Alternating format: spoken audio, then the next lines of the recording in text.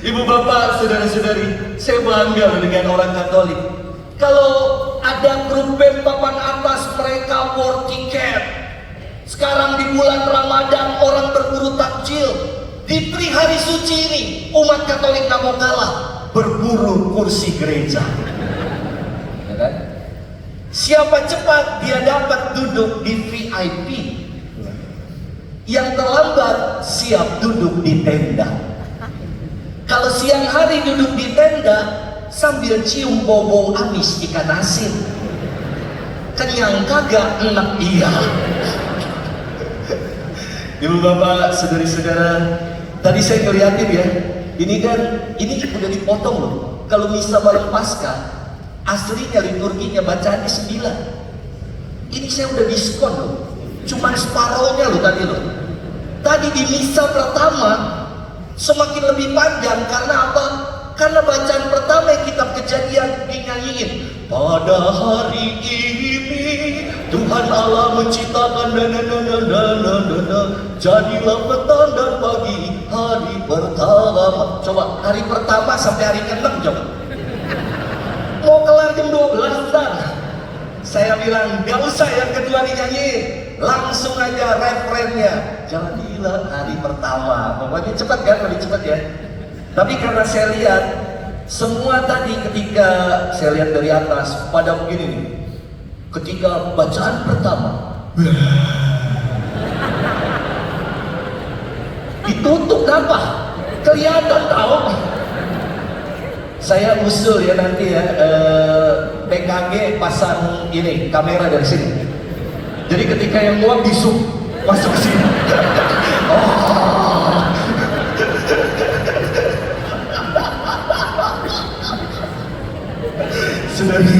Saudari-saudara sekalian yang dikasih Tuhan, saya mau kuis dulu lah malam hari ini biar pada kagak ngantuk. Kuisnya berhadiah. Saya mah kalau khotbah modal. Serempet, asik. Koban, Cipando, Cepecek, modal tuh saya. Pertanyaan pertama untuk anak muda, Koban lumayan. Anak muda ya. Pertanyaan tentang Kamis Putih. Apa yang dibuat Tuhan Yesus sebelum mereka makan bersama? Apa yang dibuat oleh Tuhan Yesus sebelum mereka makan bersama? Koban, basuh kaki belum tepat. Ya, jawab Kak. Salah, mengucap syukur salah. Apa Kak? Hah? Tanda salib kurang.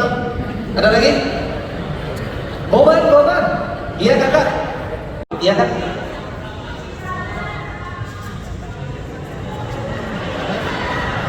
Aduh, nggak kedengeran. Iya Pak. Hah? Foto dulu. Kalau Yesus nggak foto waktu itu, nggak ada gambar 12 apa perjamuan malam terakhir, nggak ada. Foto dulu, betul nggak? Lumayan buat kolektor boba.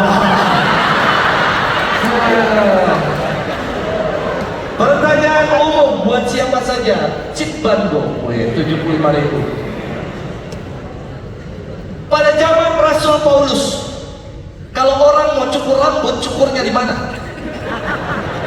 Ada di kitab suci, betul? Iya Kakak? Barbershop, salon, bukan, salah. Cip Bango? Hah? Ya elah, ibu bawa pohon cakep-cakep.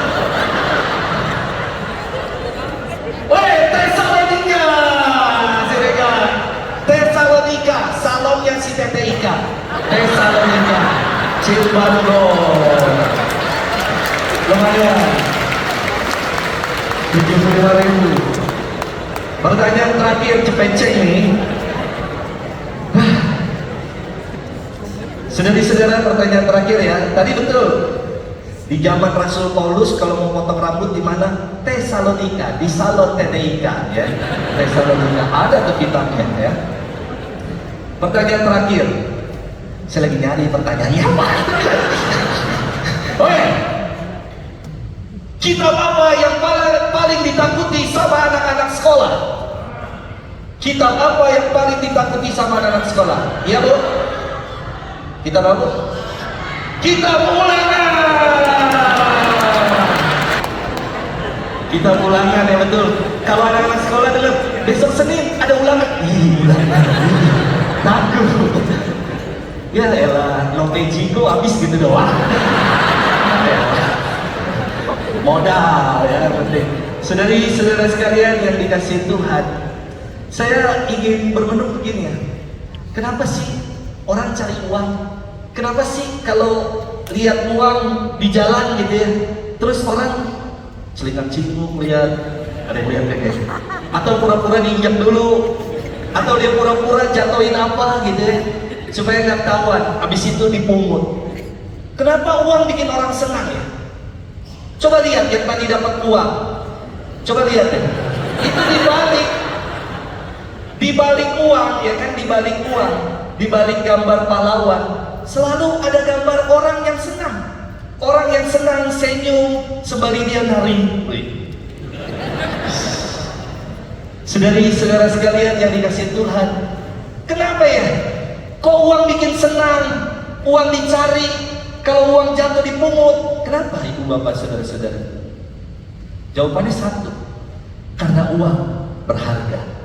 Karena uang sungguh berharga. Jadi walaupun uang itu udah dibejek-bejek, dilipat-lipat, tetapi walaupun jatuh uang itu kena injek, orang akan tetap ambil uang itu. Karena apa? Karena uang berharga. Saudara-saudari, kenapa uang bikin senang? Jangan-jangan ibu bapak yang hadir di sini terus mukanya ditekuk, cembetut, jangan-jangan karena nggak punya, saya nggak ngomong, nggak punya sukacita, nggak punya uang, solusinya aja ya ibu bapak ya, saya nggak ngomong ya, nggak punya sukacita. Saudari-saudara yang dikasihi Tuhan, mungkin diri kita juga seperti uang. Diri kita sungguh berharga di mata Tuhan.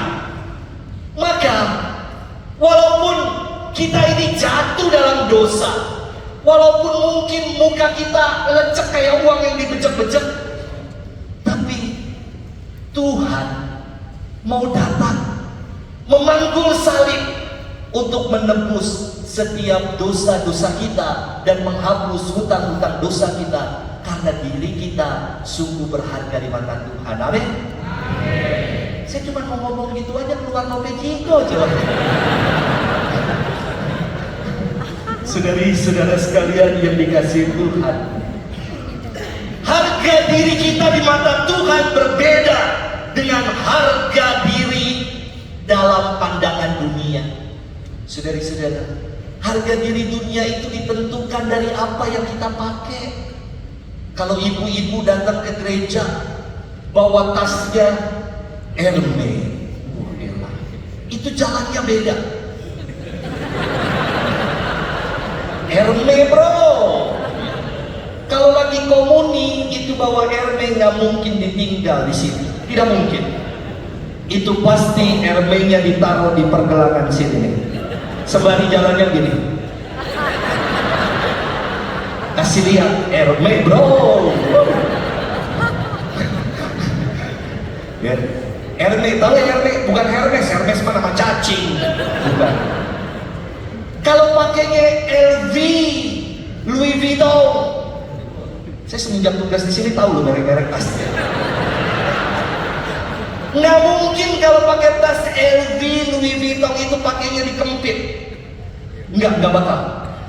Pasti dia itu pakainya, kalau kagak kayak tadi, itu pakainya langsung diiketin di leher, di depan taruhnya.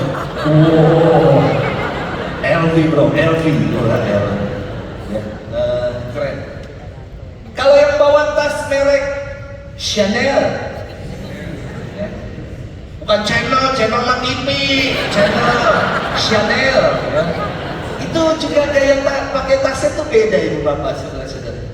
Ada lagi yang lagi ngetren tuh merek tas sekarang ini namanya Goyang. Goyang. Bukan goyang mah ada dua ya. Goyang merek itu. Itu pasti bawanya beda. Iya, ada yang bawa langsung digini-giniin lo dari tas. Nggak bakal taruh di bawah kursi, nggak akan.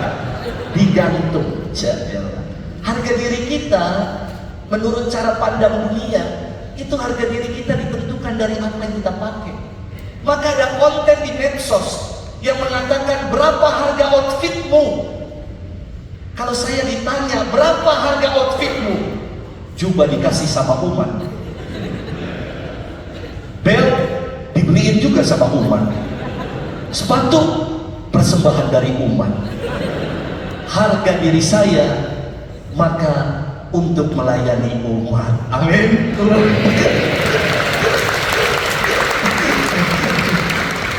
Semuanya ini ada potongan-potongan tadi. Ibu siapa, ibu siapa, bapak siapa. Saudari-saudara sekalian yang dikasihi Tuhan. Namun di mata Tuhan kita berharga bukan dari apa yang kita pakai, bukan. Kita menjadi berharga di mata Tuhan. Karena apa? Karena kita telah ditebus. Kita menjadi berharga di mata Tuhan melalui pembaptisan yang telah kita terima. Maka ibu bapak saudara-saudari, semoga dengan kesadaran diri, aku sungguh berharga di mata Tuhan, maka Paskah, pesta Paskah yang artinya dalam perayaan kebangkitan Tuhan, kita pun mau bangkit untuk hidup baru, untuk menjadi pribadi-pribadi yang lebih baik lagi. Paskah gak ada maknanya, percuma 3 jam antri ke gereja di hari suci kalau Paskah tidak sungguh memperbaharui hidup kita. Kalau pulang kita masih marah-marah lagi, kalau pulang mental kita masih seperti koboi yang mengatakan lu senggol gua bacok banget. Saudari-saudara, kalau mental kita masih kayak gitu, Paskah gak ada gunanya. Paskah menjadi berarti, Paskah akan punya makna kalau muka kita yang tadinya murung, kalau tadinya muka kita mutase, muka yang tanpa senyum sehingga tak sedap, kini pulang dengan memberi senyum sukacita. Itulah Paskah, saya kira. Saudari-saudara, tadi saya bermenung begini, kenapa para perempuan-perempuan tadi pagi-pagi benar datang ke makam Yesus? Udah gak pakai hadiah lagi, jawab aja, nungguin hadiahnya ya. Kenapa ya? Kok pagi-pagi benar tadi Maria Magdalena, Maria Ibu Yesus, Maria Salome datang ke makam Yesus? Mungkin mereka gelisah bunda gulana, mereka kangen, ingin cepat-cepat bertemu dengan Yesus junjungan kita. Atau bisa jadi saudara-saudari, kenapa mereka pagi-pagi benar datang? Supaya nggak ada orang yang melihat, karena mereka takut ketika orang banyak nanti melihat mereka adalah pengikut Kristus, mereka akan dihadapkan dengan hujatan, dengan cibiran sosial. Saudari-saudara, bukankah ini juga yang terjadi sama kita? Kadang kita malu-malu, takut-takut sebagai pengikut Kristus. Kita nggak berani bersaksi di tengah kehidupan. Saudari-saudara, saya pernah ajak makan anak-anak muda ke rumah makan Padang. Seharusnya saya sekarang sadar kalau ajak anak muda jangan ke rumah makan Padang. Padahal saya tanya mereka, Kak, kita mau makan di mana nih? Saya tanya mereka. Mereka ngomongnya sama saya gini, Romo, Surasang yuk, Surasang. Dia bilang gitu. Saya ingat dulu saya pernah diajak ke Surasang. Itu Surasang ada dagingnya yang kayak tipe-tipe kertas, A4, A5. Itu harganya nggak pas buat dompet saya. Saya kan kalau ajak anak muda, ya, saya harus standby dengan dompet, ibu bapak. Beda kalau saya diajak sama ibu bapak, sama oma opa, saya suka pura-pura nggak bawa dompet. Tapi kalau sama anak muda, saya harus siap, karena pasti nanti ketika bagian bayar ngebil, mereka pura-pura ngobrol dengan asik. Iya ya. Ini ada yang mau pulang apa nih? Antar dulu Romo. tabir duluan. Mau nggak mau yang paling tua akhirnya bayar, ya kan? Kalau di Surasa bangkrut saya, ya kan? Maka saya punya akal, saya ajak makan di rumah makan Padang Muara Karang. Ketika makan di rumah makan Muara Karang, anak muda ini, saya bilang, Kak, doa dulu. Kok kamu nggak doa? Udah, Romo tadi udah doa, karena dia langsung makan aja. Kapan? Saya nggak lihat kamu buat tanda salib. Udah, Romo tadi. Kapan? Tadi saya buat tanda salibnya gitu. Bapak Putra. Gua kira lo ayam tadi. Ternyata bukan tanda salibnya kayak gini. Kadang kita malu untuk bersaksi sebagai pengikut Kristus, ibu bapak saudara-saudari. Namun berita kebangkitan, kata pertama kali yang diucapkan oleh malaikat adalah jangan takut, jangan lagi takut. Itulah berita kebangkitan yang diwartakan. Karena Tuhan sungguh telah bangkit, maka jangan lagi takut. Mari kita bersaksi di tengah kehidupan sebagai terang. Tadi gambarannya bagus banget ketika lilin pasca diarak. Tadinya gelap, terus ditayangin di sini kagak kelihatan, serem. Tetapi habis perhentian kedua, ketika lilin mulai nyala banyak, wajah-wajah sudah nampak. Wajah saya yang kehitam-hitaman ini udah mulai kelihatan. Ibu bapak saudara-saudari, inilah arti menjadi terang. Terang itu harus dipularkan. Terang itu harus menyinari kegelapan. Maka saya mau menutup renungan malam hari ini dengan mengajak kita semua bernyanyi. Kak Muti, dibantu ya Kak ya? Do sama dengan A. Doa, doakan saya supaya nggak males kan. Nyanyiannya mengatakan begini.